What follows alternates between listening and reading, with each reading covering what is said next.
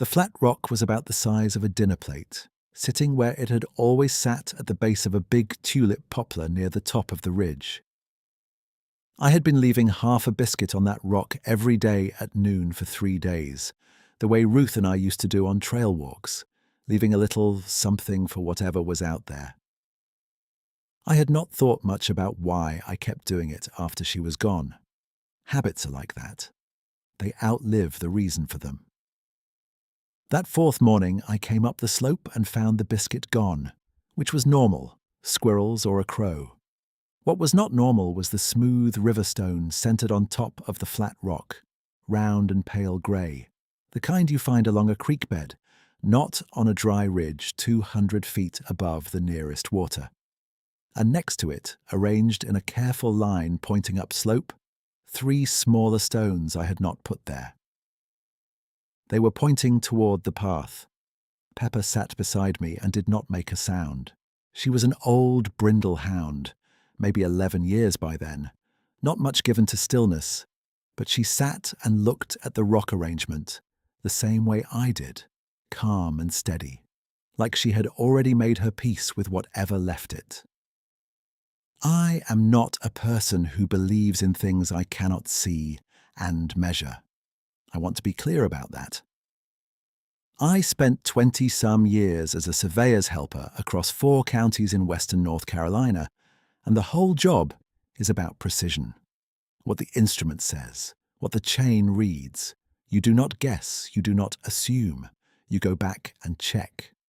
But to understand why I was standing there on that ridge with my hat in my hands and something moving in my chest I had not felt in 3 years, I need to go back to the week before and explain how I got to that mountain in the first place.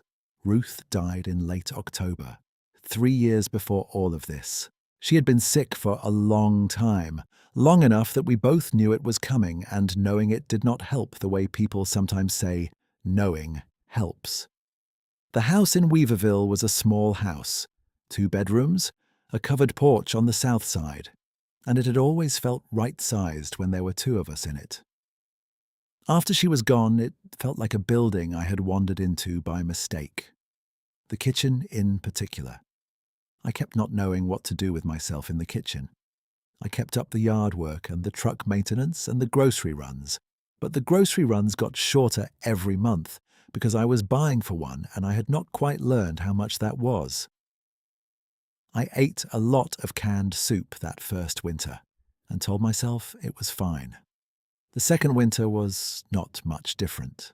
The third winter, I started timing my trips into town to avoid the hardware store on Maple Street, where Ed Timmons kept a bench out front and was always there on a Thursday afternoon and always asked how I was getting on, because Ed had known Ruth for 30 years, and his face when he looked at me was a kindness I did not have the room for. My son, Neil, had called in the early months. He lived in Asheville with his family, 40 minutes down the road, and he called regularly at first, and then less regularly, and somewhere around 18 months after Ruth's passing, I stopped returning the calls in any reliable way. Neil was a decent man. He did not say anything harsh to me. He just eventually stopped trying as hard, the way people do when the door keeps not opening, and by the time I took the survey job, I had not spoken to him in over a year. The silence between us had solidified. I could feel the weight of it every time I looked at my phone. Denny Prohl called me in September. He was a senior surveyor I had worked under off and on for the better part of a decade, a wide, quiet man from Yancey County who communicated mostly through what he did not say. He needed a helper for a ridge survey up near the Bald Creek watershed. A week of work. Moderate terrain, he said. And then he paused on the phone the way Denny paused when he was thinking of how to say something sideways. "You still got your chain gear?" he asked. "I do," I said. "Work starts Monday." That was the whole conversation. I think he knew I needed a reason to leave the house more than I needed the pay, though the pay was decent enough. I loaded my gear on Saturday and drove up Sunday afternoon to the campsite he had arranged, a flat pull-off near a county road at the base of the ridge. Pepper came with me. She always came with me. She was old enough that her muzzle had gone almost completely white, and she slept most of the truck ride with her chin on my knee.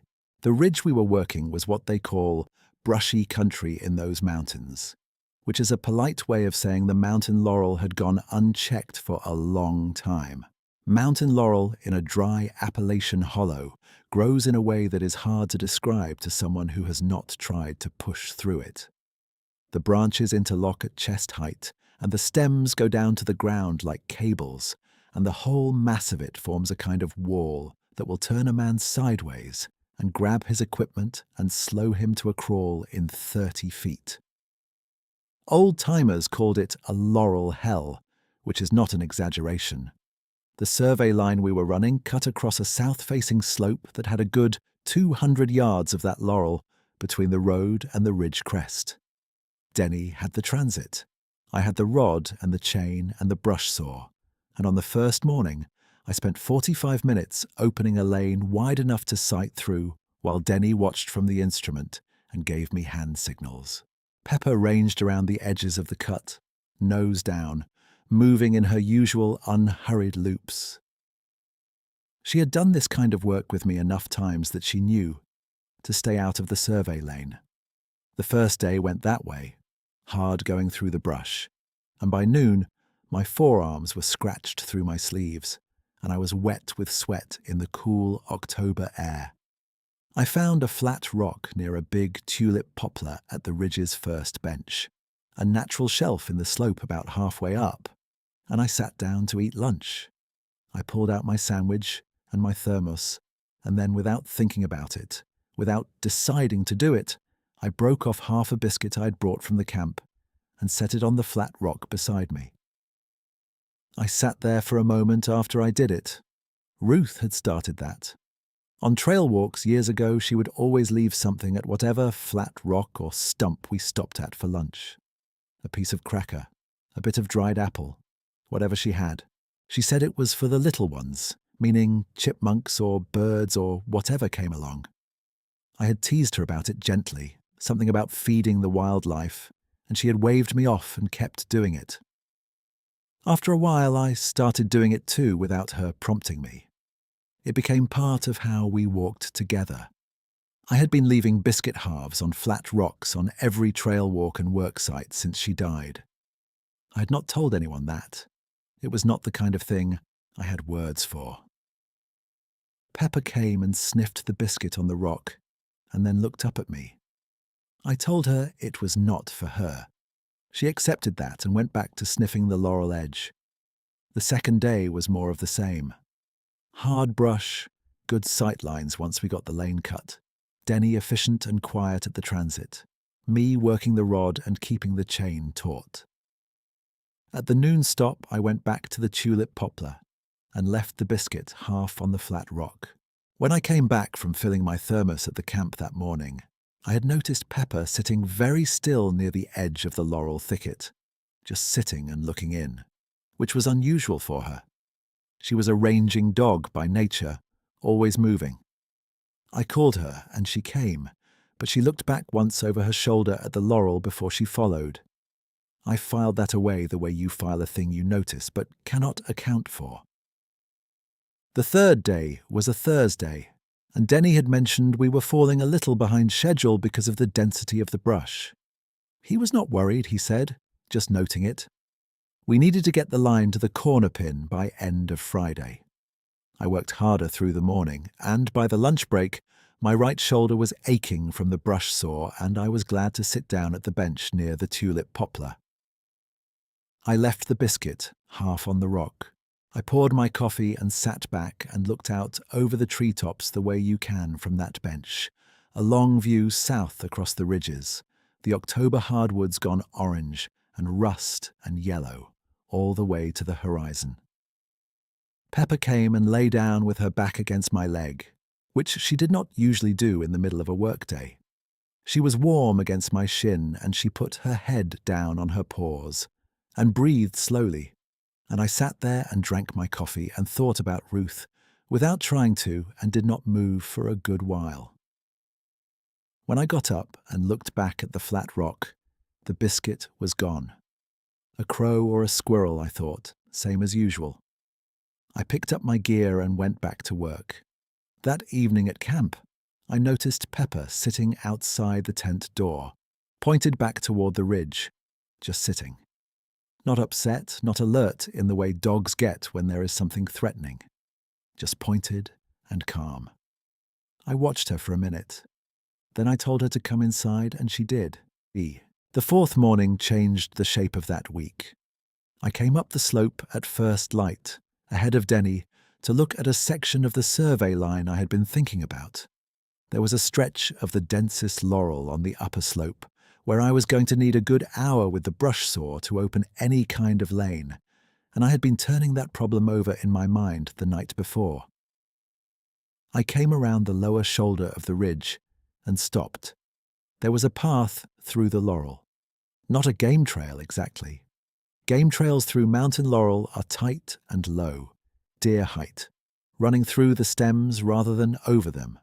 This was wider.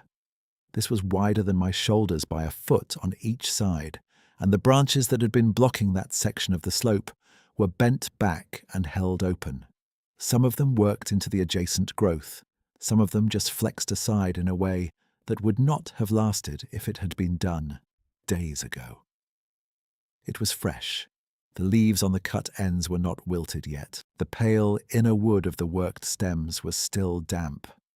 The path ran straight up the slope on exactly the line we needed to reach the corner pin. I stood at the bottom of it for a while. Pepper came up beside me and walked a few steps into the path, and then stopped and looked back at me. Her tail was moving slowly, the way it moved when she was comfortable with something. The first thing I told myself was that Denny had come up early and done it. I went back down and found Denny at the transit, sipping coffee from his thermos, his boots still clean. He had not been up the slope.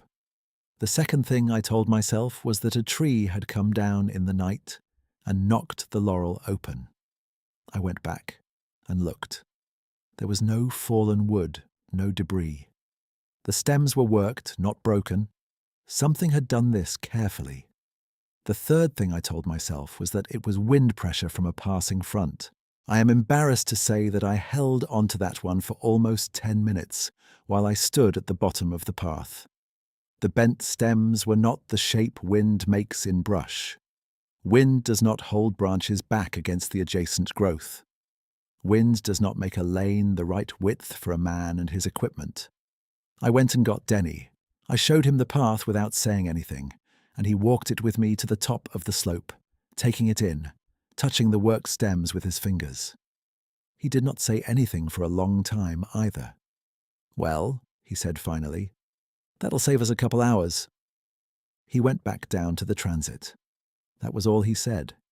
Denny was not a man who chased what he could not catch. We ran the line.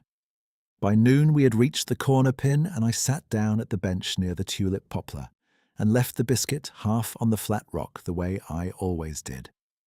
I poured my coffee and looked out over the south ridges and thought about the path. I thought about the worked stems, the width of it, the freshness of the cuts. I thought about Pepper sitting still at the laurel edge 2 days before. I thought about a number of things I could not put in order. If you had asked me what I believed at that point, I would have told you I believed in a rational explanation I had not found yet. I have spent my life finding rational explanations for things. I am not given to stories. I drank my coffee. I ate my sandwich. I was about to stand up and go back to the work when I saw it. The feeling came before the sight did. Some change in the air on the upper slope, above the bench, in the old hardwoods above the laurel brake. Something still in the tree line that had not been still a moment before. My body registered it the way bodies sometimes do, a kind of held quality in the chest. Not fear exactly, something more fundamental than fear. Pepper was already sitting up beside me, pointed at the tree line, and her tail was moving. Not fast, steady. I did not move. The figure was at the edge of the trees, in the shadow of a big white oak with its October canopy thinned enough that the afternoon light came through at a low angle. I am not going to give it more description than I actually registered in those moments because I am trying to be honest about what I saw and what I was able to take in.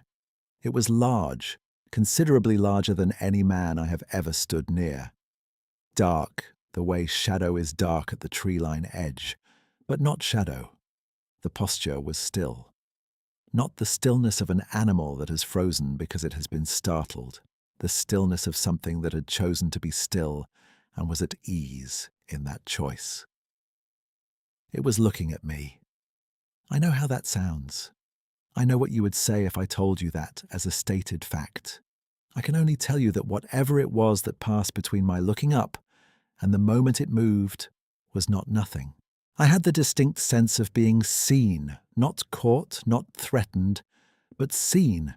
The way you feel seen when someone looks at you who actually knows you. I have turned that over many times in the years since. I do not have a better way to say it. Pepper did not bark. She did not move except for her tail, slow and steady. The figure turned. It moved into the trees, unhurried, and in 2 or 3 seconds the tree line was just the tree line again.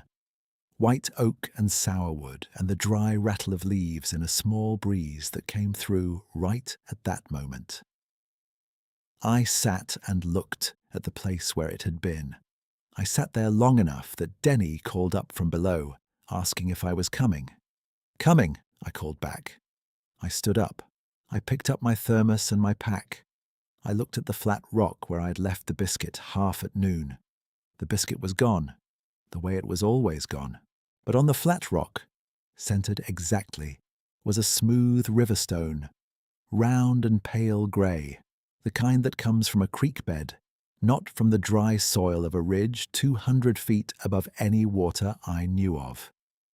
Beside it, in a careful line pointing upslope toward the path, 3 smaller stones, also creek-washed, also out of place.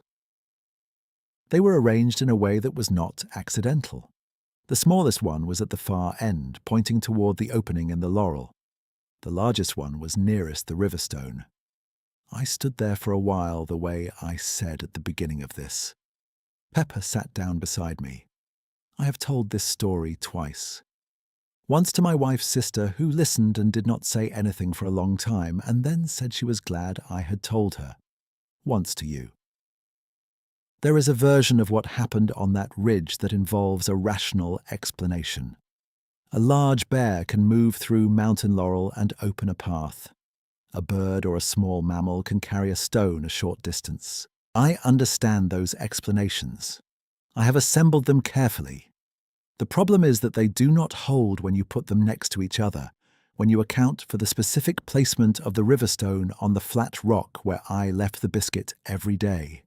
When you account for the path being the right width and orientation for our survey line, when you account for Pepper sitting calm and pointed at the laurel edge 2 days before, tail moving at the tree line the afternoon of the encounter. The explanations each work alone. Together, they stop working. What I believe is that something on that ridge had been watching the survey work for several days, and had been watching me specifically, and had done 2 things. It opened the path so the work could be finished, and it answered the biscuit. I do not know why it answered the biscuit. I have some thoughts about that, which I will not pretend are more than thoughts.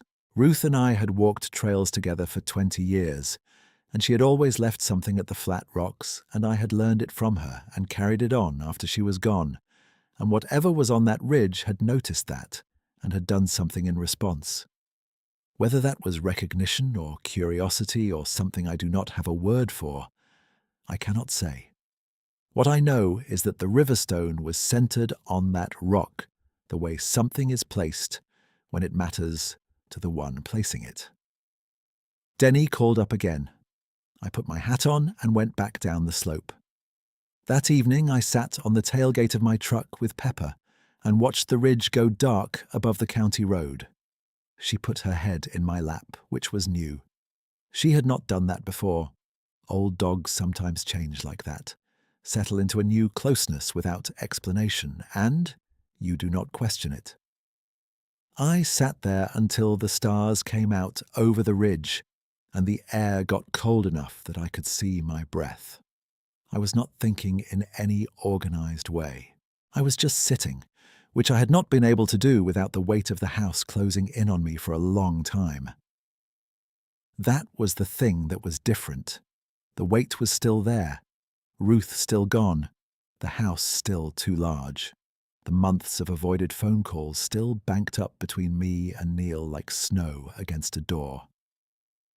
None of that had changed or resolved itself, but I was sitting on a tailgate in the cold dark above a brushy ridge, and I was not grinding my teeth, and I was not calculating how long until I could reasonably go to sleep. I was just there. Pepper's ear under my hand was warm, and her breathing was slow, and I sat with her until I got too cold to stay out.